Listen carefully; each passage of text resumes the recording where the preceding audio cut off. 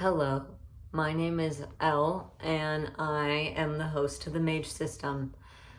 First thing that I wanted to share with you today was that I just got a Stewie jacket. Let me show you the back here. It says, "Victory is mine." Okay, that's the first thing I wanted to tell you about. Second thing I wanted to tell you about is I did pre-film a video that I was supposed to post today. However, my editing stuff doesn't work on my phone anymore, so I have to wait till I get home to edit it. So I basically have put together a video that I don't have to edit. So, but some people like that more. Some people like the rambling style content more, so we'll just do that. So I have a Q&A prepared here. I had you guys ask me some questions on a community post that I was going to answer. So I'll just answer those questions. I'm not going to answer all of them, but I'll answer some of them. Okay, first thing that someone asked is, how do you deal with doubt by selves or by others in the diagnosis of DID? Now, this is a really good question, and I basically experience doubt like almost all the time. A lot of it's mostly passively, where I know and I act as though I have DID, but I have this like sense deep inside me almost all the time where it's like, yeah, but do you really, And so like, I live my life existing like, I know that I have DID, but I don't know that I have DID, you know what I mean?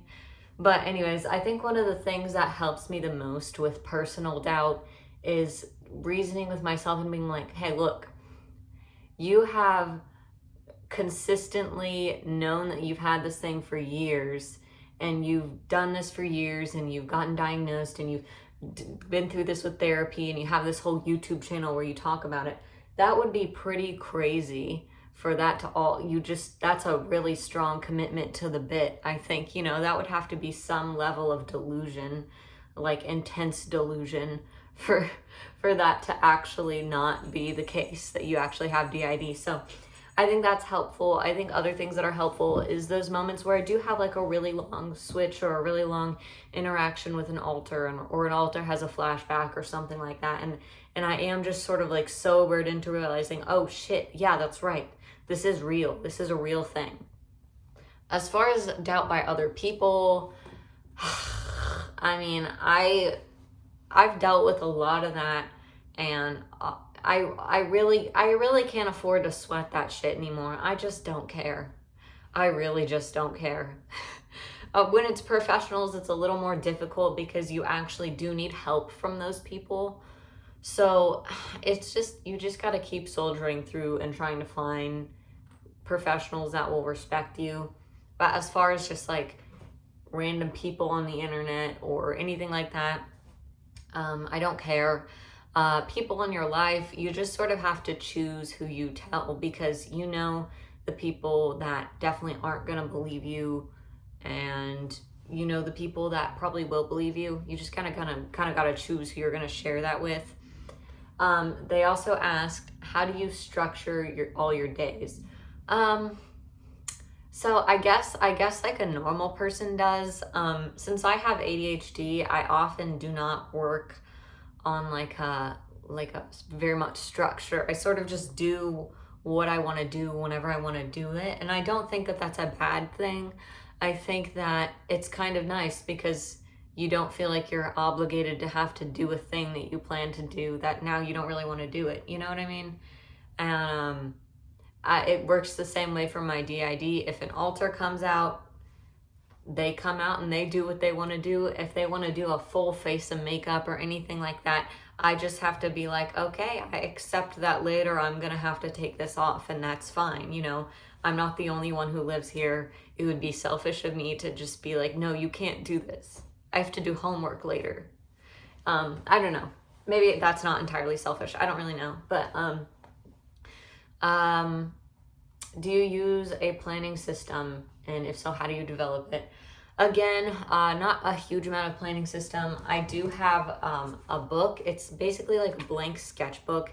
However, every single page is like a day, and we date it, and we sometimes mark stuff that we intend to do on that day. Whether we do it or not, that's another thing.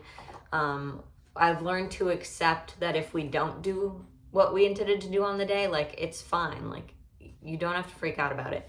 And so that's something that we do. And it is good for DID too, because, you know, you can actually look at what you're supposed to do if you are not in the know.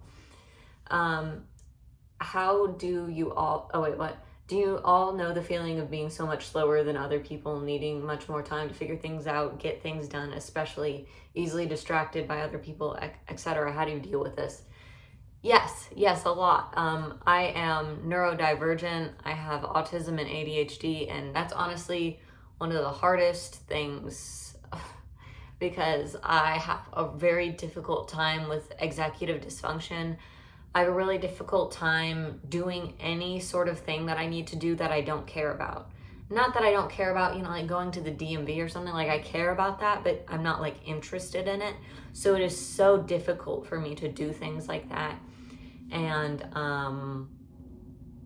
I guess I just deal with it by taking Vyvanse. That's the first thing I do. Secondly, I think it's really important to be patient with yourself. And instead of saying you have to do this exact thing on this date, I like to give myself a window of time. Because I think one of the things that makes it the hardest for me to do these things is my pathological demand avoidance, which is something that is often a characteristic of neurodivergent people, where they interpret demands of them as threats. Like, for example, if somebody tells you to do the dishes, your brain automatically interprets that as a threat, and then you really don't want to do the dishes, even if you are planning on doing them. Now you don't want to do them. And it can work the same way. Say I have to take a course that I really don't want to take, but it's part of my degree plan, and I think it's stupid because it has nothing to do with my career path. I will be sitting there trying to do those assignments, and they're not even that hard. And I'm just sitting there, and it's so difficult for me to do it simply because my brain is like, no, you shouldn't be doing this. This is bullshit. And my brain is interpreting it as a threat. And so I have a really hard time doing stuff. And I think just, I don't know, the strategy that's worked best is being really gentle with myself. And it's probably not something that's going to work for everybody, but I do like to space the assignment out. Like, I'll do a couple questions, and then I'll dick around on my phone for a minute, and then I'll do a few more and act like it's just this casual thing that I'm sort of doing on the side. I don't know. Thoughts on decision making. In terms of alters, if there are major decisions that we have to make, we will have like the system meeting or a meeting place, which is whenever you have like a room that you have in your head or the inner world where you can get all alters that are willing to come into the room, and then you can all talk about a decision and your thoughts and basically parse out whether that's something that you want to do or not. I don't know if that made sense or not. Okay, next person. Hello to yous. You've probably already answered this question in a video, but I don't remember, and I just don't remember. How would you go in the beginning or even now about for leaving spaces for other alters to live in your system? I don't know if that question makes sense, but yeah, have a good day to everyone. Thank you. As far as leaving space for everyone, okay, well, I guess I could interpret this two different ways. I could interpret this as like physical space, as in like, do alters have their own physical spaces, or interpret it more as like time, like leaving time for other alters to come out or whatever. I don't know which one of those things you meant, but I can answer both of them. As far as physical space, the only alter that has its own like physical space specifically dedicated to them is my little boy Augie. There's like a small closet space where I live, where I've put a bunch of blankets and stuffed animals and toys because he is very fond of hiding. And so I wanted him to have a small space that he could hide in and feel safe in. So that is the only alter that has their own designated space. As far as everyone else, the space that we live in besides that closet is sort of just everyone else's space to share. It's mostly me and Ginger that designed it. As far as time for alters to come out and stuff, I don't know. It's not like, again, we're not very planning people, so they sort of come out whenever they come out. It's something I'll get into a little later with a later question. Can you mask alters handwriting? Yes, alters can mask each other's handwriting pretty well in my system. What is your opinion on dying? Not fusing, but fading away / getting / sewer slide. At first, whenever I read this, I thought it said, what's your opinion on alters dieting? And I was like, I mean, I guess that is a question worth looking into, you know, but anyways, my opinion on it is that, alters can't die. They can either fuse or go dormant or even just go away forever, but they technically can't die. So that, I guess that's my thoughts on it. What is your favorite color? Black and red, which is the color of my Stewie jacket. Okay. Question, how good is your inner communication and what type of communication with alters do you use? Well, we usually just talk to each other in our head, like telepathically, I guess. Telepathically is the wrong word, but we think a thought, another person hears the thought, they think back. Sometimes we will talk out loud, but mostly that's it. And I think that's a pretty privileged way to communicate because a lot of systems have to write down notes and leave it for each other. But our communication does lack in the way that it's hard for me to get a hold of people. And there are sometimes whenever alters will just disappear for weeks and then come back. They sort of cycle like that, where there would be like a group of alters that is like really popping for like a month or two, and then it switches to like a different group. I don't know. It's hard to explain. Someone just sent me a question, so I'm gonna see if I can like go over to YouTube and look at that. It's difficult because I cannot multitask. I can't edit the video. So, anyways, how's your day going? Top surgery is happening. I'm really happy about it. I'll wake up and I will remember that it happened, and it feels amazing every time I wake up and I remember that I had top surgery. Yeah. Okay. Oh, someone said, I second the how do you plan stuff / decision making questions from some other people. I'd also like to ask how you manage relationships in real life with the ID. Specifically, how do you manage communication and spending time with loved ones when you can't guarantee who they're actually going to be talking to? Or how do you manage switching out with friends at inconvenient times? Okay, this one is really complicated.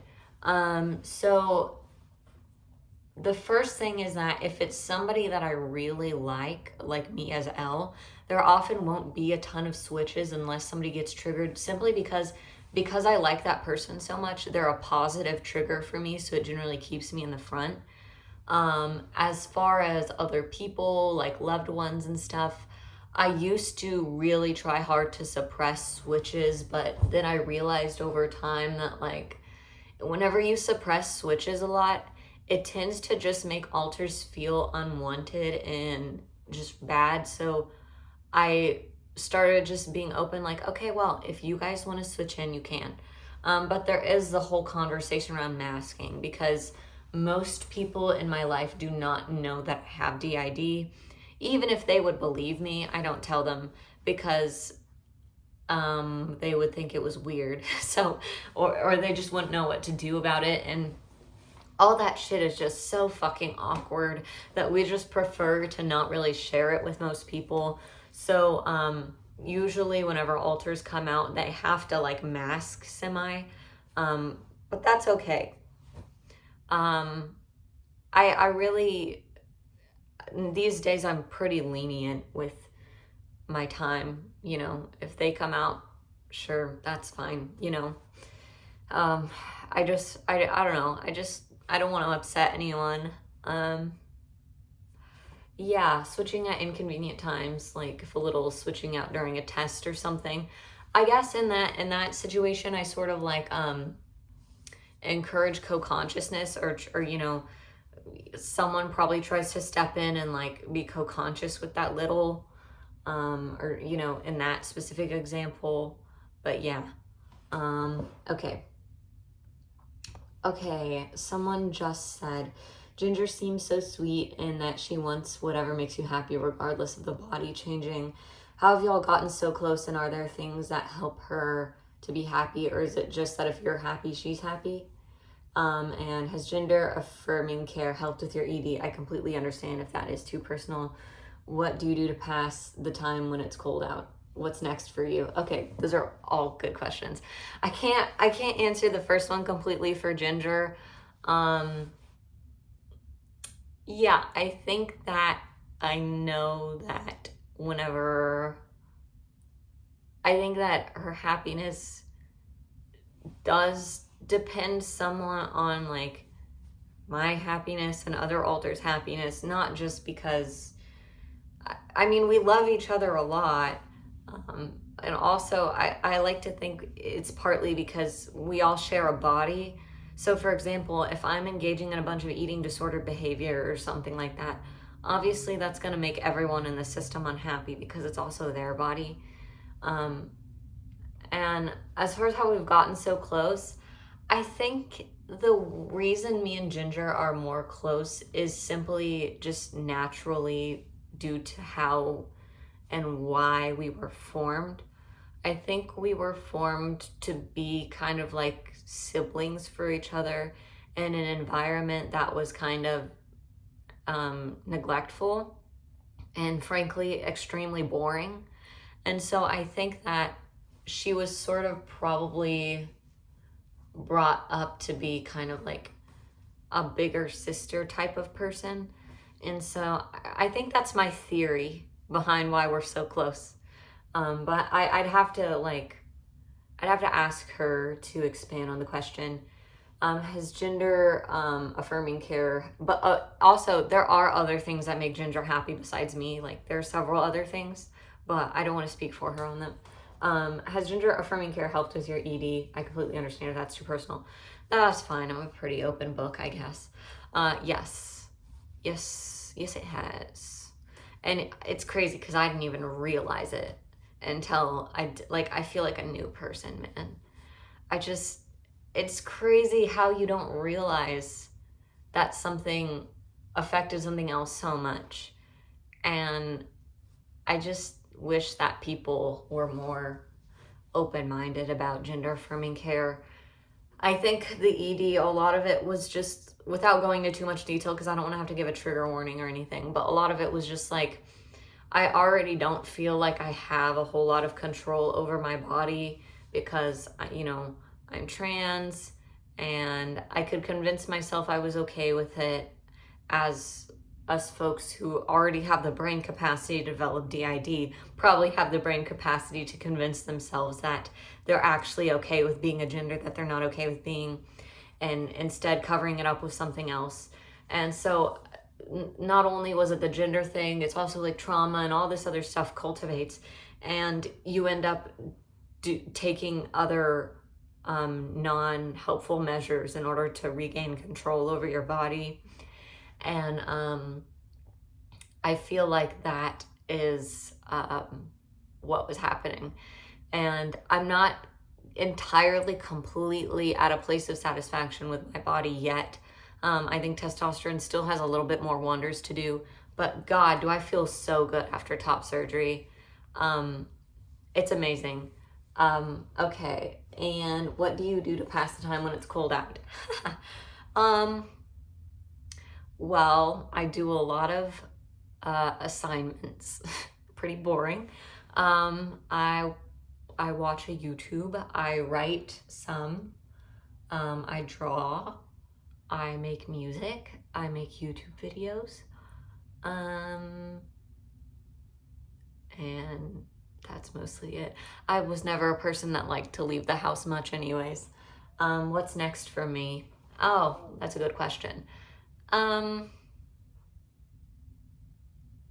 Well, I have a new semester coming up with some really good classes that I'm excited about taking. I am working on becoming more financially independent. I mean, I already have like my own place, but I'm still not financially independent. And I've discussed this before, but like I really am coming to the realization that I really need to be as soon as I can, just for my own well-being. And so I'm trying to figure out how to work that, because I have autism, and so it's hard for me to do and like manage school and trying to do a bunch of other shit at once. And so I'm trying to figure out what to do, and it's stressful. I almost have enough watch time hours on my channel to start monetizing my videos, and if I could do that, that'd be great. So I'm kind of leaning into YouTube more lately because I love it, first of all, and second of all, it'd be nice if I could start making some money off of it. It'd be pretty helpful. So I'm starting to try and upload regularly. Let me see. I think that's all of the questions that I know how to answer. I like this. I like doing this kind of video. I get nervous doing it because I'm afraid that I will say something that I have to like cut out, or I will just stare off into the distance for like 5 minutes. I do that sometimes. I edit videos, and I like edit through them, and like 25% of the video is literally me just going like, and I don't even realize how long I was doing it until I edit the video back, where I like say something and then I just sit there staring off in the distance, and then I start talking again. I don't know, man. I don't know. Anyways, thank you for watching. I really appreciate you all. I'm feeling pretty good today.